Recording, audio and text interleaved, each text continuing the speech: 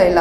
ಇದೀಗ ಮುನಿಯಪ್ಪ ಮತ್ತು ರಮೇಶ್ ಕುಮಾರ್ ಅವರ ಜಗಳವನ್ನ ನಿಲ್ಲಿಸೋದಿಕ್ಕೆ ಖುದ್ದಾಗಿ ಸಿಎಂ ಅವರು ಧುಮುಕಿದ್ರೂ ಕೂಡ ಅವರ ಅಸಮಾಧಾನಗಳು ಇನ್ನೂ ಕಡಿಮೆ ಆಗ್ತಾ ಇಲ್ಲ. ಏನಂತಹ ದ್ವೇಷ ಏನಿದೆ ಅಂತ? ಈ ರಾಜಕಾರಣದಲ್ಲಿ ದ್ವೇಷ, ಜಾತೀಯತೆ, ಧಾರ್ಮಿಕ ಅಂಧಾಭಿಮಾನಗಳ ಒಂದು ಕಾರಣ ಎರಡನು, ಜೊತೆಗೆ ಅಧಿಕಾರದ ಮೇಲಾಟ ಇವೆಲ್ಲ ಹೊಂದ್ಕೊಂಡಿದ್ದೇ ಇರ್ತವೆ. ಅವ್ರ ನೋಡಕ್ಕೆ ಮೊದಲಿಂದ ಅದ ರಮೇಶ್ ಕುಮಾರ್ ಅವ್ರಿಗೆ ಮತ್ತು ಮುನಿಯಪ್ಪ ಅವ್ರಿಗೆ.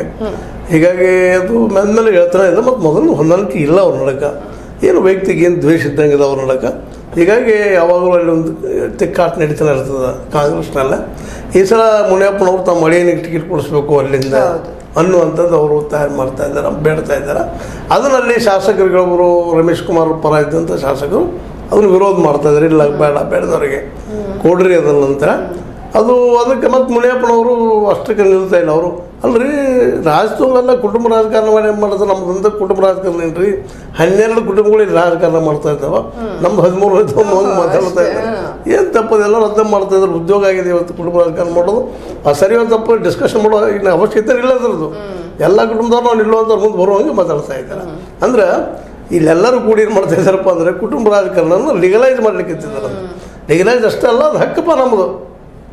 ನಮ್ಮಪ್ಪ ರಾಜ ಆಯ್ತು, ನಾವು ರಾಜ ಆಯ್ತು ನೋಡಂತೂ ಹಿಂದಿದ್ದಂಗೆ ಇವತ್ತು ಅದೊಂದು ಹಕ್ಕು. ನಮ್ಮಪ್ಪ MP ಇದ್ದರೆ ಅವನು MP ಆಗವ ಅಂದ್ರೆ ಇಲ್ಲ, ಜನರಿಗೆ ಮತ್ತೊಂದು ಆಯ್ಕೆ ಇಲ್ಲ ಅಂತ. ಇವ್ರು ಆಗಿನವ್ರನ್ನ ಹೆಂಗೆ ಮನುಷ್ಯನ ಅನಿಸೋದು, ಇವ್ರು ಒಳಗಿನ ಏನು ಈ ಒಂದು ಅನುಭವದ ಮನುಷ್ಯನ ಅನಿಸೋದು, ಇವ್ರ ನೋಡಿ ಬೇರೆದವ್ರು ಯಾರಿಲ್ಲ. ಹೆಂಗಿದ್ರು ಇವರಲ್ಲಿ ಹುಡುಕ್ಬೇಕು, ಕುಟುಂಬದವ್ರನ್ನ ಮತ್ತು ವಯಸ್ಸಾದವ್ರದ್ರು ಅವ್ರನ್ನ ಹುಡುಕ್ಬೇಕು.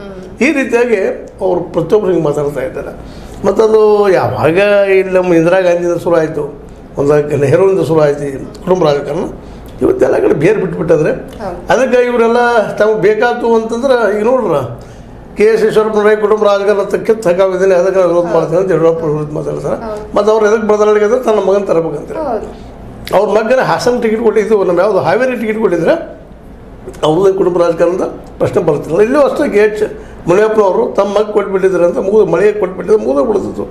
ಅಷ್ಟೇ ಆಗ್ರಿ ಈ ಒಂದು ದೊಡ್ಡ ಮಾತಾಡೋದು ಶ್ರೀನಿವಾಸ್ ಪ್ರಸಾದ್ ಅವರು ತಮ್ಮ ಹಳ್ಯಾನ ತರಬೇಕು ಅಂತ ಅವರು ಮಾತಾಡ್ತಿದ್ದಾರೆ. ದೊಡ್ಡ ಆದರ್ಶದ ಮಾತು ಮಾತಾಡ್ತಾರೆ. ದಲಿತರ ಹೋರಾಟ ಮಾಡಿದವ್ರಪ್ಪ ಅನ್ನೋದು ಹಾಗೆ ಹೀಗೆ ಮಾತಾಡ್ತಾರೆ. ಮತ್ತು ಕೊನೆಯಿಂದ ಹಳ್ಯಾನ ತುರುಕಬೇಕು ಮಾಡಬೇಕು ಅಂತಾರೆ. ಮುನಿಯಪ್ಪ ಪಾಪ ಅನ್ನೋದ್ರಾಗಿನ ಅದೆಲ್ಲರೂ ಅಲ್ಲಿ ಅವರಲ್ಲಿ ಎಡಗೈ ಬಲ ಏನೋ ಅಲ್ಲವ, ನಮ್ಮ ಎಡಗೈದವ್ರು ಕೊಡಬೇಕಿಲ್ಲ ಅಂತೇಳಿ ಈಗಾಗಲೇ ಇದ್ರೊಳಗೆ ಕಲಬುರಗಿಯಲ್ಲಿ ಬಲಗೈ ಕೊಟ್ಟಿರಿ, ಅಲ್ಲೆಲ್ಲ ತಿಕ್ಕಾಟಿ ಕೊಡ್ರಿ ಎಡಗೈ ಬಲಗೈ ಅಂತೇಳಿ.